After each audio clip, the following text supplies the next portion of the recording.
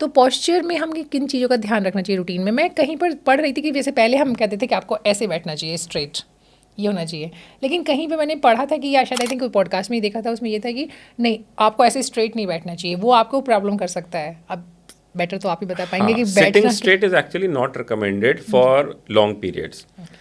जो आजकल हम बेस्ट चेयर्स की बात करते हैं या सिटिंग पॉस्चर की बात करते हैं, वो ऐसा है कि जब हम बैठे हैं हमारे नीज़ 90 डिग्री होने चाहिए, हमारे हिप्स 90 to 110 डिग्रीज होने चाहिए और नेक हमारी स्ट्रेट होनी चाहिए। अब मैं आपको इसको समझाता हूँ पार्ट्स में तोड़ तोड़ के।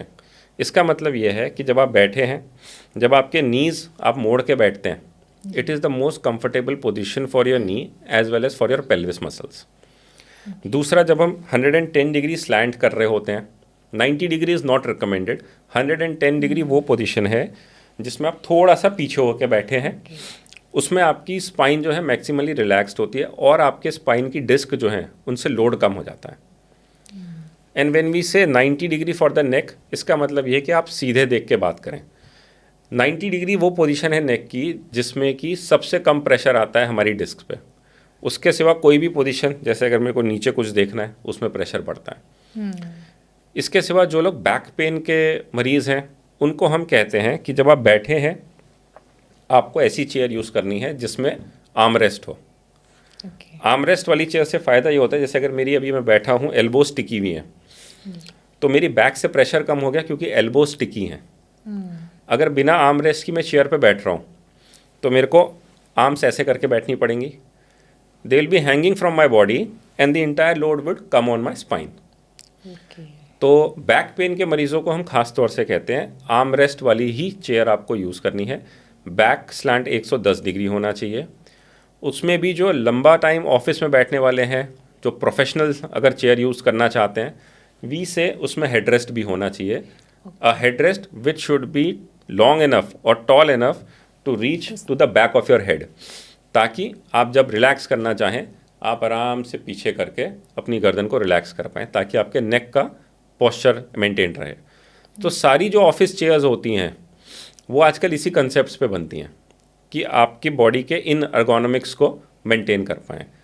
उसमें जब हम नॉर्मल चेयर की बात करते हैं, जो ऑफिस चेयर नहीं है, या कोई आईटी प्रोफेशनल है जो प्रोफेशनल चेयर नहीं यूज़ कर रहा है ऑफिस चेयर, सोचता है कि मैं नॉर्मल कुर्सी पे बैठ के कर लूँ या डाइनिंग टेबल पे बैठ के कर लूँ। डाइनिंग टेबल पे जब हम बैठते हैं तो क्या होता है, टेबल आगे होती है, डाइनिंग टेबल की चेयर्स जो होती है नॉर्मली उसमें आर्मरेस्ट नहीं होता, फ्लैट होती है नीचे से और पीछे से स्ट्रेट बैक होती हैं, तो हमें झुक के काम करना पड़ता है ऐसे।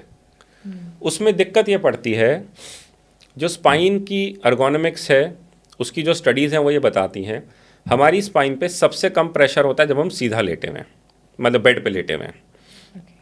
उससे ज़्यादा होता है जब हम खड़े हुए हैं, उससे ज़्यादा होता है जब हम बैठे हुए हैं, और सबसे ज़्यादा प्रेशर होता है कि जब मैं बैठा हूँ और आगे झुका हुआ हूँ। जैसे अगर मेरे को ये पानी का गिलास भी उठाना है झुक के, तो इस वक्त मेरी स्पाइन पे सबसे ज़्यादा प्रेशर है। और जब मैं इसको अपनी बॉडी के पास ले आऊँगा, आराम से पानी पीऊँगा, अब प्रेशर कम हो गया। लेकिन अगर मुझे प्रेशर और कम करना है तो अगर मैं सीधा खड़ा हो जाऊँगा तो मेरी स्पाइन पे प्रेशर और कम हो जाएगा। अच्छा। मैं लेट जाऊँगा तो प्रेशर सबसे कम हो जाएगा। तो वो सारे ऑफिस सेटिंग्स या घर पे सेटिंग्स, खास तौर से उन लोगों का जिनका वर्क फ्रॉम होम चल रहा है, अगर उसमें उनको आगे झुक के अपने लैपटॉप पे काम करना है, so they are inviting trouble. Back pain भी आने की पूरी उम्मीद है, गर्दन का दर्द आने की भी पूरी उम्मीद है।